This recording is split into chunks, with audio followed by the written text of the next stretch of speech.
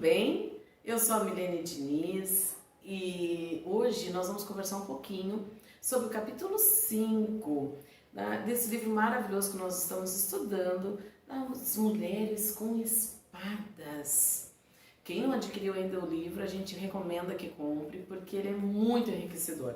Da autora Lisa Beverly, e ela traz assim muitas questões fundamentais para o nosso dia a dia. Eu quero começar hoje dizendo para vocês que eu tô sentindo falta de vocês, porque devido aos compromissos, da nossa igreja, da congregação, não deu para fazer nossa aula no Meet. Mas nós não vamos deixar de compartilhar aquilo que Deus tem ministrado aos nossos corações. Amém? Então tá, vou fingir que tá todo mundo aqui comigo, nessa sala, e que nós vamos, num bate-papo, conversar sobre aquilo que mais chamou a atenção da gente na leitura desse capítulo. Pode ser? Vem que vai ser muito legal. O título do nosso capítulo é A Cruz com Espada. E ele começa com uma citação maravilhosa, que eu já quando li disse, é pra mim, isso aqui é pra mim, amei. Diz assim: o sangue está relacionado ao que fizemos, enquanto a cruz trata de quem somos. Ah, isso é tremendo. O sangue desfaz nossos pecados, enquanto a cruz vai de encontro à raiz da nossa capacidade de pecar. Gente, nós podíamos só falar sobre isso aqui hoje. Essa citação do Atman Nee, ele é tremendo também, muito usado por Deus. E essa citação eu escrevi assim no meu livro, uau! Porque ela diz que nós não somos o que nós fazemos. Porque o sangue nos lava dos nossos pecados e a cruz, ela nos confronta, ela vai de encontro à raiz da capacidade de pecar. Então, o Senhor nos perdoou e nos deu um símbolo, um manual, de como tirar a raiz do pecado das nossas vidas. Claro que isso vai ser eterno, quero dizer para vocês. Essa é a parte boa, que vai ser daqui para a eternidade, quando nós partirmos para Jesus. Mas vamos no processo, ok? Então, gurias, eu separei algumas imagens para não ficar assim, só eu falando, e ficar muito monótono, vocês, quererem dormir, não dorme. Então, eu separei umas imagens. E a primeira é essa aí que vocês vão ver agora, que é a ponte em forma de quê? De cruz. Por que eu separei essa imagem? Dá uma olhadinha. Essa imagem mostra que a cruz, ela é uma ponte. Uma ponte entre o quê? Entre a terra e os céus. Até nessa imagem tem assim um lugar que simboliza bem o que o livro traz, que é um abismo, Ela está por cima do abismo. Ela está ligando o céu à terra. E foi por isso que o Senhor trata a cruz como uma ponte que ligou as pessoas, que ligou os pecadores que não tinham direito à salvação, ao céu. Isso não é fantástico? Sabe, tem um pregador muito legal, Paulo Borges Jr., que ele fala que Jesus veio como uma ponte. Quando eu li no livro que a cruz construiu pontes, eu disse, mas que tremendo, é verdade. O próprio Senhor Jesus foi a primeira ponte.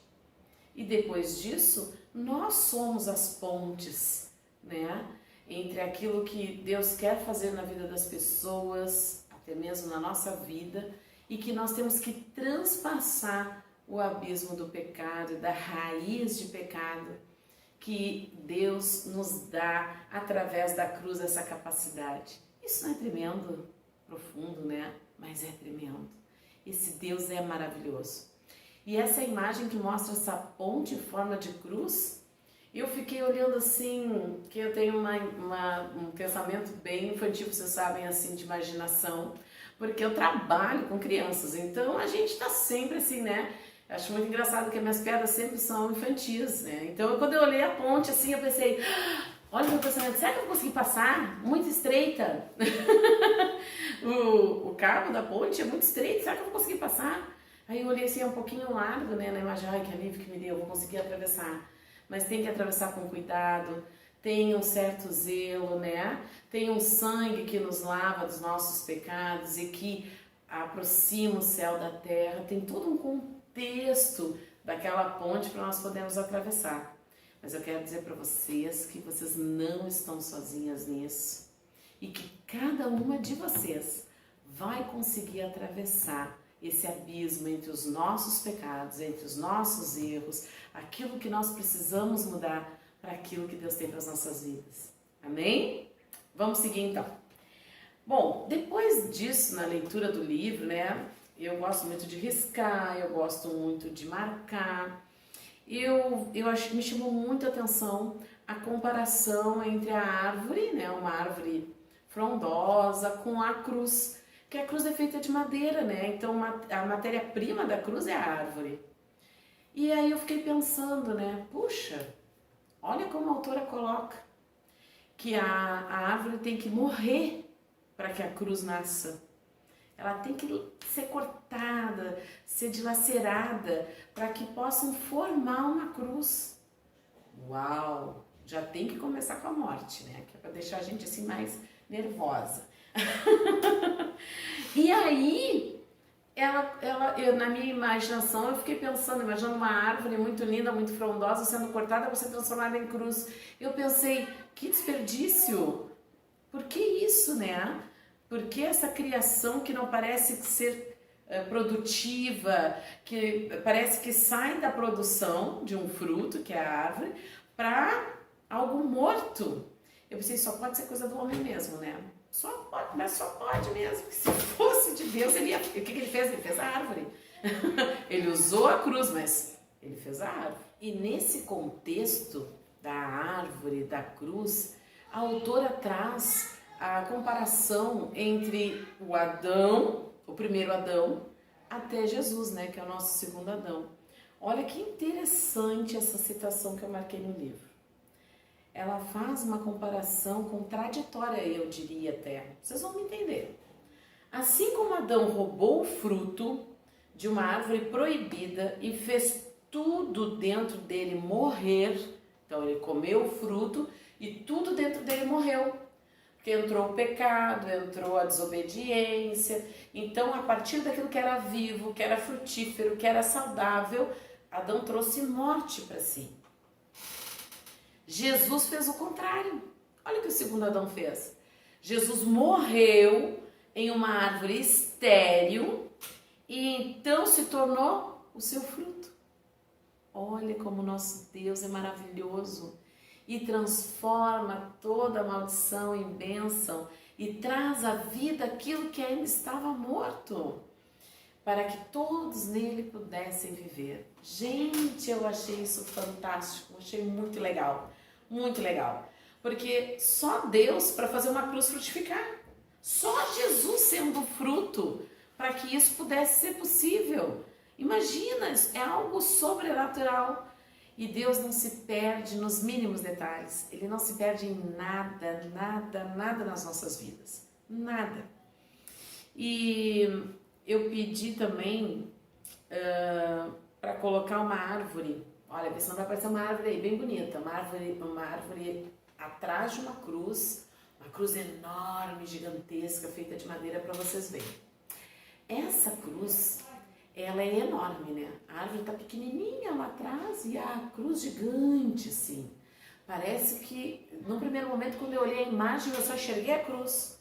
Aí depois eu olhei na segunda vez e enxerguei o quê? A árvore lá atrás. E quando eu olhei de novo e vi a árvore atrás da cruz, gente, eu fiquei pensando, o Senhor fez tudo nos mínimos detalhes.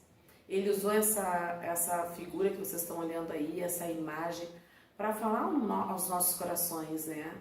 Aquela cruz enorme, a árvore atrás, mais escondidinha, mas a cruz que vocês estão vendo, ela está vazia. ela já deu o seu fruto e o seu fruto é eterno. Isso é tremendo, porque a árvore, as árvores que nós vemos, elas são tão lindas, elas nos dão sombra, elas nos dão frutos, a gente se delicia na árvore. Gente, está na hora de nós termos também prazer na cruz. É verdade, na cruz. Ai, que horror a mulher falar um troço desses. Mas é verdade, porque a cruz, mesmo que seja dolorida, que pareça ser por morte, parece ser por morte aos olhos dos homens. Mas ela é a porta, ela é a ponte eterna. Então, o significado da cruz precisa mudar nos nossos corações. A cruz como espada, ela precisa mudar isso. Eu tenho que confessar para vocês uma coisa. Eu odeio o filme de Jesus sendo crucificado. Eu passo mal, eu não gosto, aquilo me dá uma aflição. Eu digo, por que as pessoas gostam disso? Eu fico passando mal. E aí, quando eu comecei a estudar esse capítulo, eu pensei, Senhor, obrigada, Tu és tão bom para mim, porque eu consigo ver que a cruz mudou para mim hoje. Ao invés de ser um símbolo de morte, é um símbolo de ressurreição, é um símbolo de vida eterna, é um símbolo de fruto. Senhor, aleluia! Obrigada, que alívio, né? Porque nós sabemos que nós temos que tomar a nossa cruz e seguir ao Senhor. Imagina, eu ficava pensando naquela cruz. Hoje eu consigo ver que a cruz que eu tenho que tomar, que eu tenho que seguir ao Senhor, são as coisas que eu preciso transpor na minha vida e na vida daqueles que estão ao meu redor. Vou falar de novo isso. A cruz que eu preciso pegar e seguir ao Senhor é a ponte para transpor as minhas dificuldades, os meus pecados, aquilo que eu ainda não estou liberta e colocar sobre o abismo que tem entre eu e o céu. E a mesma coisa é na vida de cada um de vocês. Amém? Na página 81, tem uma citação que eu quero falar para vocês. Ao entregar seu filho Jesus, Deus usou a cruz como uma espada para matar a hostilidade que havia entre Deus e o homem. Gente, que tremendo! Ver a cruz como uma espada que acaba com o pecado, que acaba com o espaço de divisão entre nós e Deus. Isso é fantástico, fantástico. Por isso que quanto mais eu li o capítulo, mais eu me encantava com a visão diferente da cruz que eu estava recebendo. Eu espero poder compartilhar com vocês hoje, hein? Vamos mudar nossa visão para melhor. E aí, nessa questão da cruz, com essa morte, Jesus morreu, mudou tudo. Mas olha só que interessante, eu adoro conjecturas, né? Quando a gente fica pensando que não está na Bíblia, mas não pode ser algo, né, que vá contra a palavra. Mas como é que foi naquele momento? A gente fica assim, né, dando uma viajada. Eu viajo, gosto, assim, fico viajando. Aí a autora viajou também, gostei, embarquei na viagem dela. Ela fez uma conjectura maravilhosa aos meus olhos, ali na página 84, sobre isso, sobre o propósito da cruz, que é isso que nós estamos falando, né? A cruz como espada, a cruz como uma ponte, nós estamos fazendo uma releitura da cruz. E ela diz assim, será que Satanás achava que o assassinato do Filho único de Deus, cometido exatamente por aqueles a quem ele chamava de escolhidos, iria garantir a eterna ira do Senhor? Aí eu pensaria isso, na boa. Se eu quero armar um plano, o cara é bom demais, né? Então ele tem que ser morto pelos próprios filhos, pelos próprios escolhidos, que aí, olha só, se Adão, ao comer o fruto, foi retirado do paraíso, então, se matarem o filho de Deus, tá certo, ganhei. Até porque roubar um fruto comum e desejar a igualdade com Deus, que foi o que Adão fez, provocou a expulsão de Adão do jardim do Éden. Não seria então o assassinato do Filho de Deus certamente o fim de todos nós, no pensamento de Satanás? Olha só, eu fiquei pensando, que bela conjectura, né?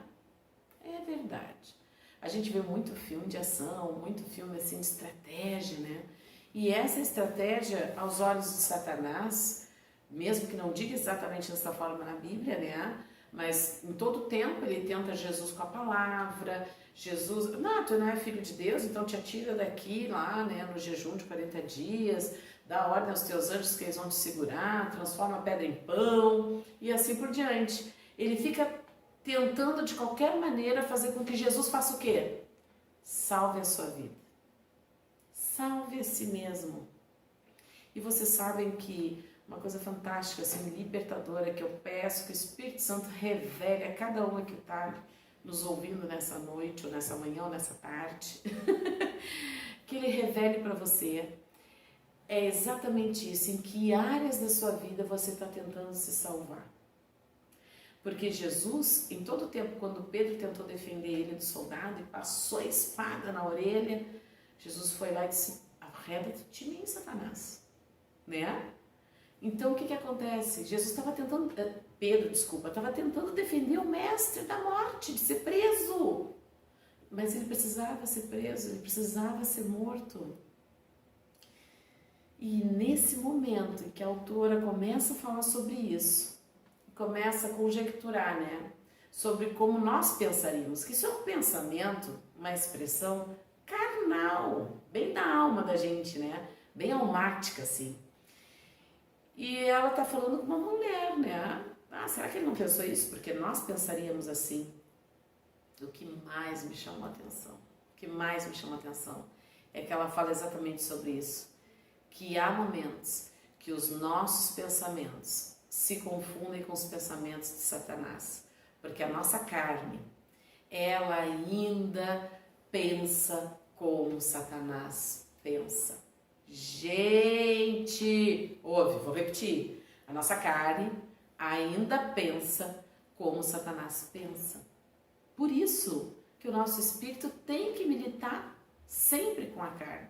A gente tem que estar sempre com a espada em mãos, tem que estar sempre com a cruz na mão, tem que estar sempre olhando para a cruz, ressignificando essa cruz na nossa mente, lutando contra os nossos pensamentos, contra muitas coisas de religiosidade que nós acabamos imprimindo no reino de Deus, a ferro, como a cruz foi feita, né? A ferro, fogo, a martelada, a facão, a foice, não sei quais são os instrumentos que eles usavam, mas eram instrumentos de corte e de bater, né? Para ferir aquela cruz. Então, quando ela falou sobre isso, eu fiquei pensando, quantas vezes, gente, quantas vezes os meus pensamentos não são só meus? Quantas vezes os meus pensamentos podem ser meus, mas podem ser os mesmos pensamentos de Satanás? Quantas vezes? Não seria lícito hoje, se a gente dissesse para vocês como mães, olha, você só tem um filho, aquele que o teu filho nasceu, que é promessa de Deus, ele nasceu para trazer uma nova vida para essas pessoas que ele veio salvar vão matar ele. Como é que você faria? Sendo mãe, como você se sentiria? Esse pensamento vai ao encontro do que eu li? Claro que vai, porque nós somos humanas e nós temos pensamentos de carne que precisamos entregar para Deus, para que o Espírito Santo converta os nossos corações, converta a nossa mente, transforme a nossa mente de acordo com aquilo que é a vontade dele.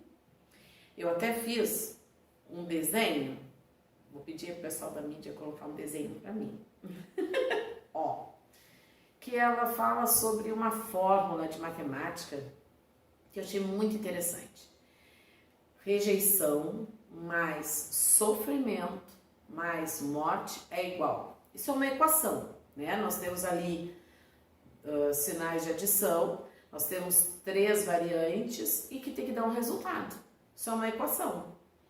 Rejeição, sofrimento e morte é igual a alguma coisa. E ali naquele gráfico eu fiz uma pergunta, né? Quais têm sido as regras dessa equação na nossa vida? Vocês podem ver que de um lado tem as regras da equação da Terra, humanas e satânicas, e de outro lado tem regras da equação do céu, Jesus e Deus.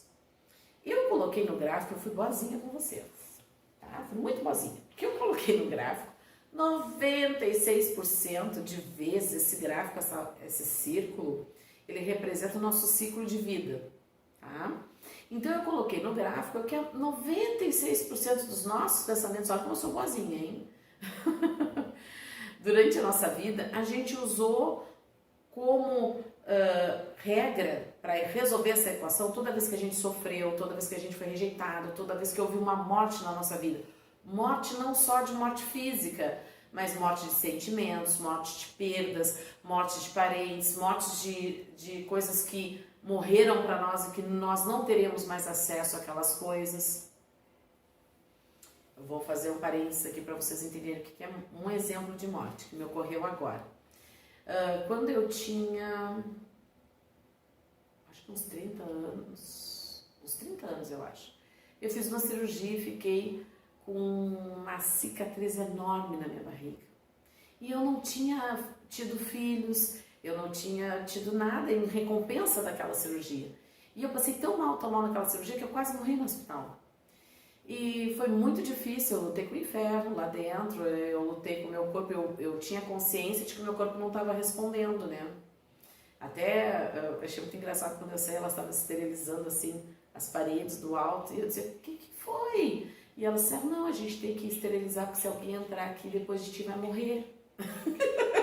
Ó, como eu tava bem, tô me sentindo super ótima. Eu falei, quando eu cheguei em casa, continuou a minha luta na alma, porque eu morri quando eu vi aquela baita cicatriz e pensei, nunca mais vai voltar ao normal. E cadê a minha recompensa? As mulheres fazem cesárea, saem com seus corpos deformados da maternidade, mas tem um filho para pegar, tem outra coisa para pensar, tem um porquê daquilo. E por que eu passei por isso? Por que eu tenho uma cicatriz gigantesca? Por que o médico não fez diferente? Né? Depois eu soube que ele teve que salvar a minha vida e tirar todos os órgãos para fora, né? Lavar bem lavadinho e botar para dentro. Então por isso que eu tenho essa cicatriz aí que eu já nem enxergo mais hoje. Mas a minha barriga morreu para mim como ela era. Eu nunca mais tive o corpo como eu tinha. E não era porque eu engordei ou porque eu decidi fazer alguma coisa, não, era involuntário, era uma marca, algo que me machucou por dentro na minha alma. E eu tive que ser curada dessa morte, porque morreu o meu corpo para mim. Quantas vezes a gente perde coisas que são morte na nossa vida, que nunca mais vai voltar ao normal, e a gente não sabe como lidar com ela, pensa que não é morte, né? A gente pensa que morte é só quando a pessoa morre. Mas tem morte de alma, morte de sentimentos. Quando a gente mata umas pessoinhas no nosso coração, que a gente não quer mais que elas ficam incomodando. Também tem a morte física, é claro, né? Que não é só uma morte física, porque quando morre um corpo, não é o corpo o pior de tudo, né? O pior de tudo é a pessoa que vinha naquele corpo. É o ser que estava ali, é a alma daquela pessoa, é o espírito daquela pessoa, a vida que havia ali, né? Nós perdemos a vida. E como é que a gente lida com isso? Como é que a gente lida com essa equação? Eu fiquei pensando, ser rejeitado, sofrer e morrer, Senhor, tô legal. Não vamos passar essa equação adiante, não quero ver isso. Ah, chega, né? Tá bom, já tive umas mortezinhas, uns sofrimentos, né, umas rejeições, então chega, tá legal pra conta, né? Que bom seria, né, se a gente pudesse quantificar quanto que a gente vai ser rejeitado, o quanto que a gente vai sofrer e o quanto que a gente vai perder em morte na nossa vida. Daí, quando a gente já estiver satisfeito, a gente diz, Deus, Senhor, não precisa mais. É uma equação dolorosa, né? Muito difícil de quantificar. E a pergunta é, quais têm sido as regras dessa equação? Toda equação matemática tem regras para resolver. Só que nessa, a gente tem a opção. A gente pode usar as regras da Terra ou a gente pode usar as regras do céu. Eu fui muito boazinha e botei aí como se vocês usassem 96% dos seus pensamentos enquanto vocês estão na Terra com as regras do céu. Olha como eu fui boa. E aí o que acontece? Toda vez que acontece rejeição, sofrimento e morte, vocês pensam que é poder, vitória e estão ilimitados na vida de vocês. Porque a cruz, ela nos trouxe um fruto eterno, lembra? Eu falei que a ponte, ela era eterna, que o fruto era eterno. Então a gente vai pensar assim, ó, sempre que eu pensar que eu tô sofrendo, que eu tô sendo rejeitado, como é bom, né? E quando eu tô pensar que eu sofri uma morte, uma perda, se eu pensar com as regras da equação do céu, eu vou pensar que isso está me trazendo poder e vitória ilimitados. Mas tem uns 4% que eu fui muito boa. Tem uns 4% que diz assim, ó, 4% a gente pensou como equação da terra, né? A gente pensou com a carne, a gente pensou como homens, como seres humanos e como Satanás. E aí toda vez que nós fomos rejeitados, que nós sofremos e que nós morremos, ou em nós, ou algo de nós, ou alguém de nós, a gente pensa que isso é uma perda que vai gerar perda de poder, de derrota. Quantas vezes a gente se sente derrotado? Minuto de silêncio. Quantas vezes? Eu me sinto derrotada várias vezes. Aí quando eu olho para isso, eu penso, meu Deus, estou pensando como Satanás. Porque Satanás viu a derrota de Jesus e achou que estava bombando. Uhul! Deus tá brabo, né? Rachou o monte, fechou o céu, mas eu ganhei. E quantas vezes a gente pensa como Satanás? Eu perdi, morreu, tô sofrendo, tô sendo rejeitada, eu que sou tão boa. Por que estão me rejeitando, né? Tô sofrendo por quê? Sou filha de Deus, não preciso sofrer. Por que eu morri? Por que eu perdi aquilo? Porque eu nunca mais vou ter aquilo? Gente, isso aí é muito sério. Infelizmente, a maioria das vezes esse gráfico é ao contrário, né? A maioria das vezes a gente ainda se pega pensando como homens, né? Nem que seja por um momento. De repente a gente faz um segundo círculo ali dentro. A gente pensa primeiro como homens, e aí depois o Espírito Santo vem nos convence do nosso pecado, e aí a gente passa a pensar como as regras do céu. Eu não posso mensurar como está o gráfico de vocês. Eu não posso dizer que a maioria dos momentos vocês pensam assim, ou vocês pensam assado, ou 50%, 50%. Eu comecei a brincar com o Daniel, meu esposo, e dizer para ele 30, 70, qual é que vai ser, será a conta? Porque como ele é contador, ele gosta de contar, né? Não tenho como mensurar isso para vocês, mas eu quero sim compartilhar com vocês isso, para que cada uma, aonde estiver, mensure no seu coração como está essa equação da vida de vocês. Vocês estão usando mais as regras da terra ou as regras do céu? E o que está pesando mais? O que está pesando mais quando você é rejeitada, quando você sofre ou quando morre algo? Olha, perder definitivamente alguma coisa. Eu perdi a minha barriga definitivamente. Hoje eu nem estou muito estressada, vou dizer para vocês. Porque a cicatriz já tá lá embaixo da barriga, já nem vejo mais. Depois das cesáreas foi um santo remédio. Graças a Deus que o Espírito Santo me curou antes. Mas tá tudo certo. Nem vi se esticou a cicatriz durante as cesáreas, não vi mais nada. E foi muito legal que depois que eu venci essa morte da barriga, eu... nas cesáreas e nas deformações do meu corpo com as crianças, eu sofri muito menos. Sabe que eu me fiz essa pergunta?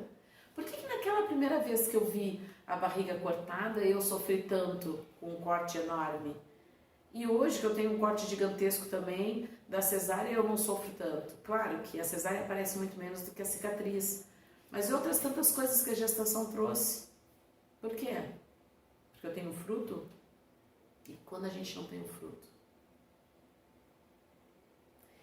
Por que eu estou chamando a atenção para isso? Porque eu sei que tem gente me ouvindo que está passando por isso. Que está passando ou por rejeição, ou por sofrimento, ou para morte e que precisa mudar as regras da sua mente. A gente precisa mudar. Eu preciso mudar. Diariamente eu luto comigo mesma. Aqui, ó.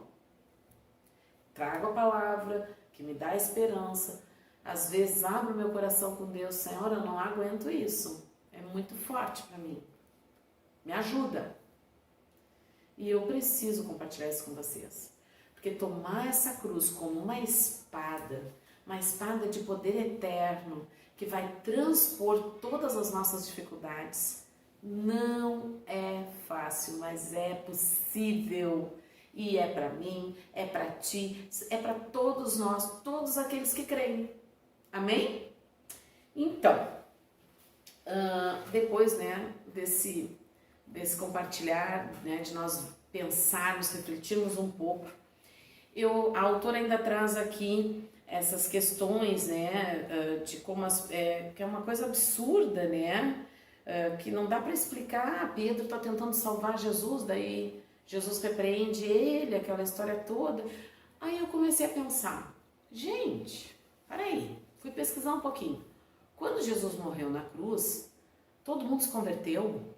Eu pensei, poxa, se tu vê o cara vivo, ressuscitou no terceiro dia, fez um monte de milagres, estava com a marca da cruz. Meu Deus, não tem... Hoje a gente imagina como foi, né? Imagina quem viu. Sabe o que eu descobri na minha pesquisa? Gente, em todo o tempo que Jesus esteve aqui, depois que ele ressuscitou no terceiro dia, ele ficou 40 dias ainda ressurreto aqui na terra. Em 1 Coríntios, no capítulo 15, do verso 3 ao 8, vai falar sobre isso. Ele mostra ali que aproximadamente um pouco mais de 500 pessoas viram Jesus, tiveram contato com Jesus ressurreto. Vocês vão ver aqui a referência e vocês vão poder depois ler na Bíblia de vocês. Vocês pensem, 500 pessoas parece muito, né? Eu fui pesquisar quantas pessoas tinham em Jerusalém, só Jerusalém. Naquela época, né? Eu pensei, eu vou ter que pesquisar Judá, eu vou ter que ir para Israel, e eu comecei a viajar, porque, né, ele não andou só em Jerusalém. Mas aí eu fiquei em Jerusalém, que já dá para vocês terem uma noção bem boa disso. Na época de Jesus, se estimava mais ou menos que tinham 25 mil pessoas, aproximadamente, em Jerusalém. Em Jerusalém. Gente, mais ou menos 500 pessoas, dá uns 2% da população que viu Jesus ressurreto. E o resto? O que aconteceu com o restante? Onde é que eles estavam? Por que eles não viram? Aí eu fiquei pensando, tá, vamos então, assim, ser bem ridículas e vamos transformar essa estatística na nossa cidade. Se 2% não tinha internet, nem celular, que hoje nós podemos gravar, né, o que está acontecendo em tempo real, a gente fica sabendo, né? Não tinha, era no boca a boca. Então, 500 pessoas apenas viram Jesus. 2%. Quanto tempo vai levar para que todos conheçam sobre Jesus só em Jerusalém? E aí, será que essas pessoas vão acreditar que o homem realmente morreu? Se fosse hoje, se a gente nunca tivesse ouvido falar em Jesus, a primeira coisa que ia perguntar, isso é fake news. Isso é fake news, o cara não morreu. Não, botaram ketchup lá na cruz, não é verdade. Ele fez uma cena. Não. Ressuscitar no terceiro dia é capaz. Que não. Ai, estás viajando. Parece uma heresia, né? Só parece. Quantas pessoas, depois, mais tarde, nos relatos, né, na Bíblia, a gente vê que metade de Jerusalém, depois da perseguição aos discípulos e tal, metade se converteu. Só metade. Então a outra metade ficou como? Não se converteu. Ouviram falar, testemunharam, podiam ir no túmulo se quisessem, podiam ver a cruz naquela época, né? Ainda estava lá. Podiam ver o Monte das Oliveiras, eles podiam. Hoje a gente não faz caravana para Israel para ir ver tudo isso, que já está até deteriorado do tempo, tem coisas que a gente nem vê mais, que que foram escondidas mesmo pelo Senhor para que a gente não ficasse idolatrando essas coisas. Vocês imaginem como hoje a gente testemunha algo na história e aquilo se torna tão verdadeiro para nós e essas pessoas testemunharam o Deus vivo. E por que não foi tão verdadeiro para elas? Como é que estava o pensamento delas? Será que elas estavam pensando, vamos voltar, com as regras da terra? Ou elas estavam pensando com as regras dos céus? Será que a morte de Jesus, que era rejeição, sofrimento e morte, para essas pessoas significava que elas tinham vitória garantida? Poder ilimitado? Não. Elas achavam que ele pagou pelo seu pecado que não tinha, né? E que foi isso. É duro, né? Não é duro de ouvir isso? Ai, eu acho duro. Eu acho duro ouvir isso, mas hoje a gente tem pessoas assim também. Nós temos pessoas ao nosso lado que não conseguem acreditar nesse Deus que se manifesta nas nossas vidas. Nessa cruz que é uma espada verdadeira, viva nas nossas mãos. Então, antes de mais nada, né, eu achei muito legal isso que a autora coloca, que antes de ter um adversário, antes de ter um jardim, um homem, uma mulher, uma serpente, existia uma resposta. Então, antes de tudo isso, existia uma resposta. Antes de existir uma guerra, havia uma vitória. Antes mesmo de haver o conceito de um jogo, a cruz foi o agente que mudou o jogo. Então, pessoal, isso eu acho muito fantástico, esse contexto da cruz como espada, e ela traz, dentro desse contexto, a esgrima, aquele esporte, né, que ela já vem falando em outros capítulos, como um esporte que tem 3 ferramentas, né, 3 armas, né, e uma das modalidades é com a espada. Eu tentei, eu juro que tentei, procurar para vocês um vídeo, uma foto que mostrasse o movimento que ela fala aqui, que é o croisé, que é chamado de cruz, mas eu não encontrei. Se alguém encontrar, deixa depois lá no grupo do WhatsApp para mim, porque eu quero visualizar.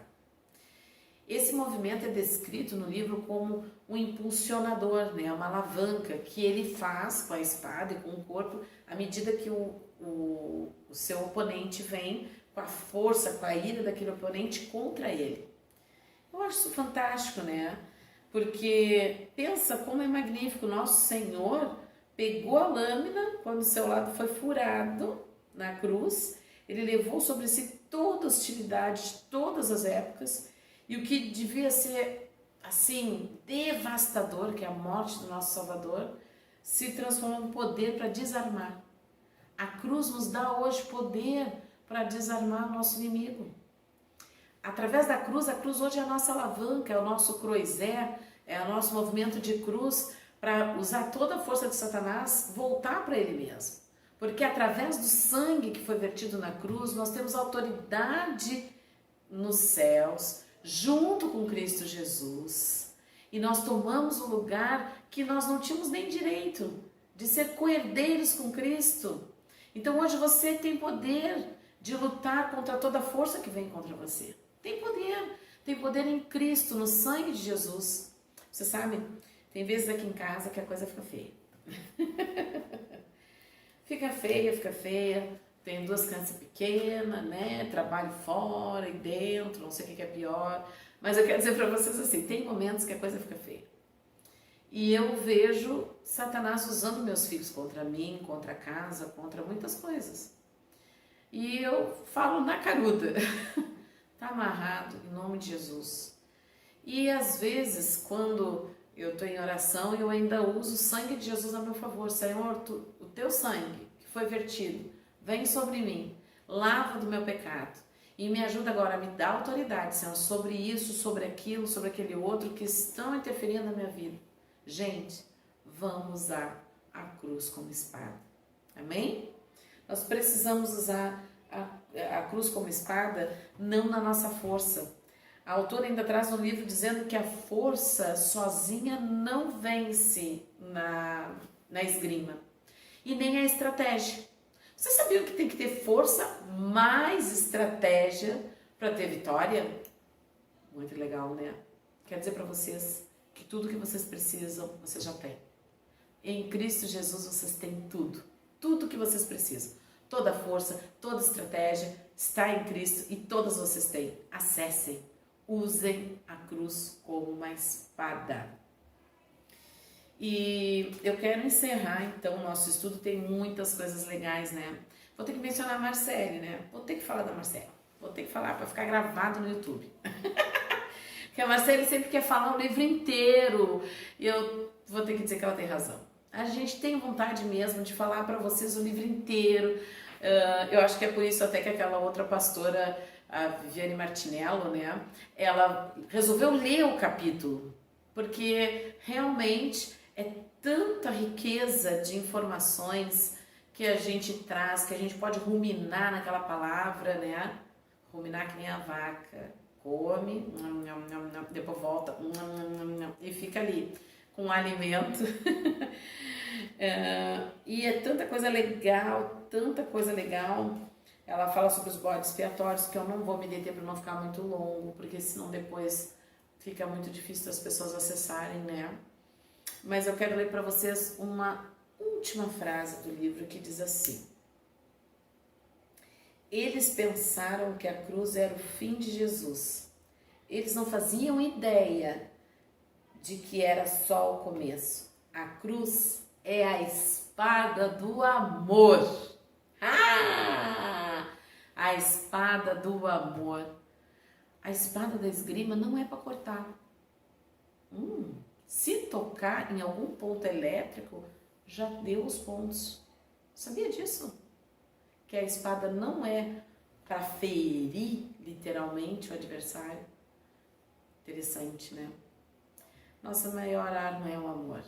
É o amor que constrange, é o amor que convence dos pecados, é o amor que nos envolve. E quando a gente ama o nosso inimigo, ele é constrangido a ser o nosso inimigo, a continuar sendo o nosso inimigo. Ele tem que desistir de ser inimigo, entendeu? Porque a gente tá amando ele. Ai, como é que ele vai continuar sendo nosso inimigo? Tá, fica difícil, né? Fica difícil. Ela é uma espada que destrói até o último remanescente de hostilidade entre o céu e terra. Tão certo quanto ela ser uma espada que nos transforma através da cirurgia da palavra. Então, minhas amadas, é tão bom estar com vocês, é tão bom ouvir o que o Espírito Santo falou com vocês enquanto a gente estava aqui conversando. Depois que nós encerrarmos o vídeo, eu vou pedir que você coloque lá no grupo: Deus falou muito comigo naquela parte, eu refleti muito na leitura desse capítulo através daquele outro, porque a troca nos enriquece, mas nós não íamos perder a chance de te abençoar, viu? Se quiser compartilhar esse vídeo com outras pessoas, fica à vontade. Deus é contigo. Um grande beijo, te amo.